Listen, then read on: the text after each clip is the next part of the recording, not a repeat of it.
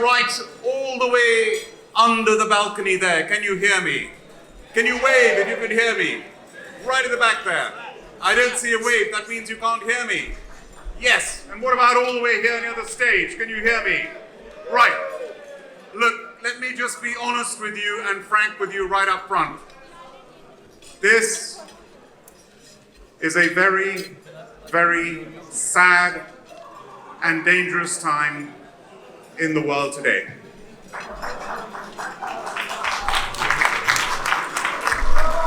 I have never been more worried about the global situation than I am today.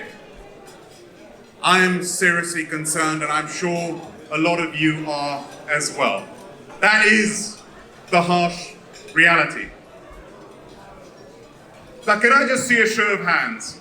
How many of you here own restaurants and work in restaurants? Can I just see a show of hands? Who owns restaurants and works in restaurants? Can I just see a show of hands, please? Yeah? Now, is it tough? You bet it's tough. How long has it been tough for? It's been tough for too long.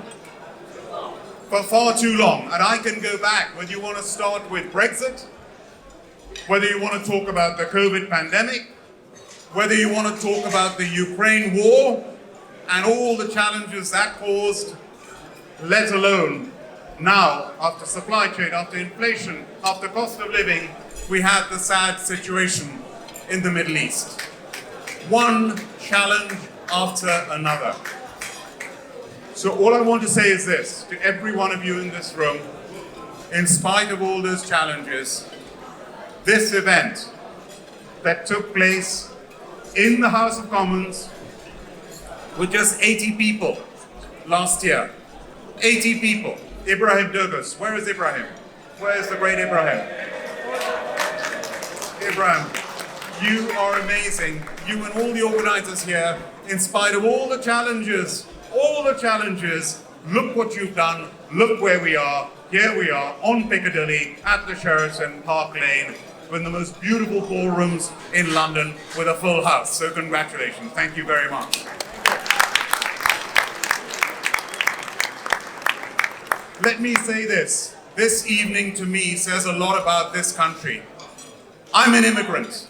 I came here in the early 80s to study from India.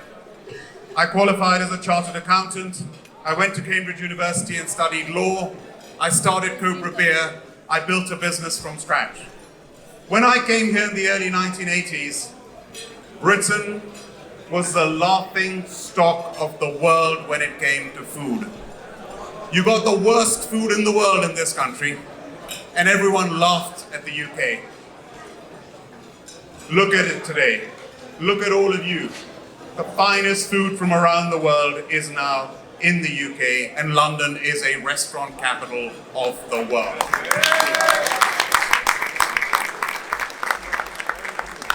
And you get the finest Indian food, and we have Bangladeshi food. We have Curry Life magazine over here.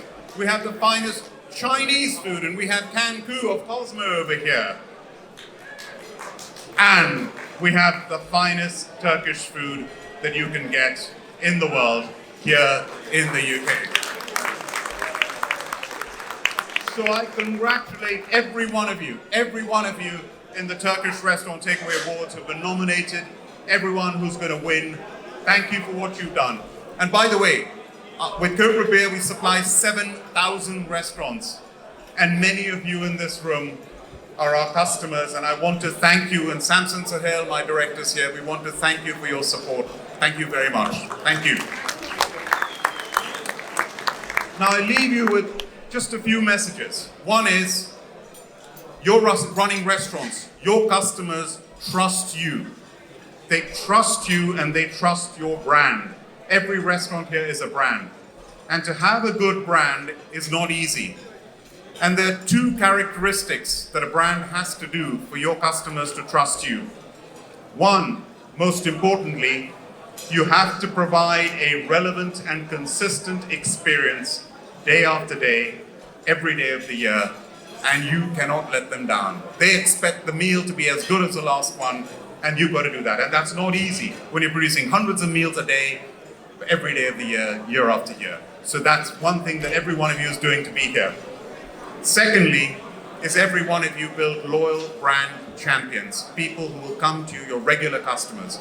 Never, never underestimate your regular customers.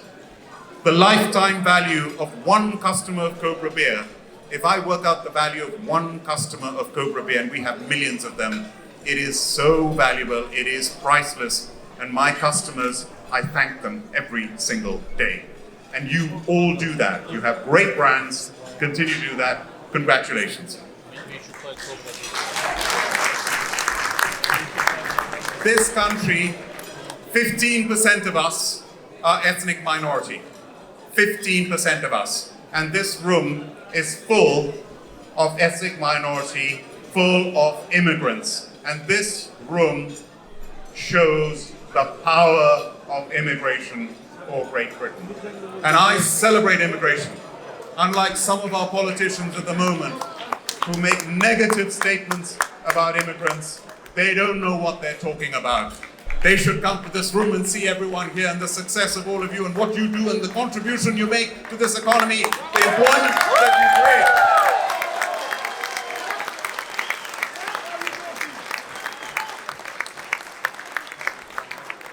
The hard work, the sacrifice, you do that.